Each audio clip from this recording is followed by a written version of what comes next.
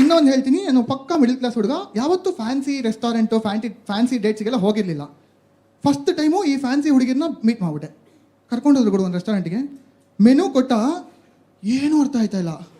Same engineering syllabus.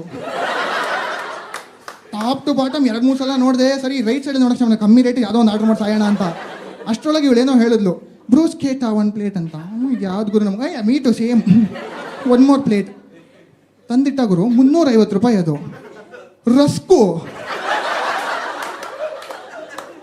Rusk ಮೇಲೆ tomato ಕುಯ್ದಾಕ್ಬಿಟ್ಟು ಕೊತ್ತಂಬರಿ ಉದಿಸ್ಬಿಟ್ಟವನೆ.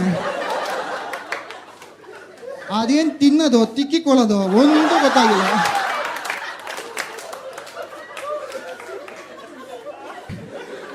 ಇವಳಿಗೆ ಲಾಸ್ಟಲ್ಲಿ ಕಾಫಿ ಬೇರೆ ಕುಡಿಬೇಕು.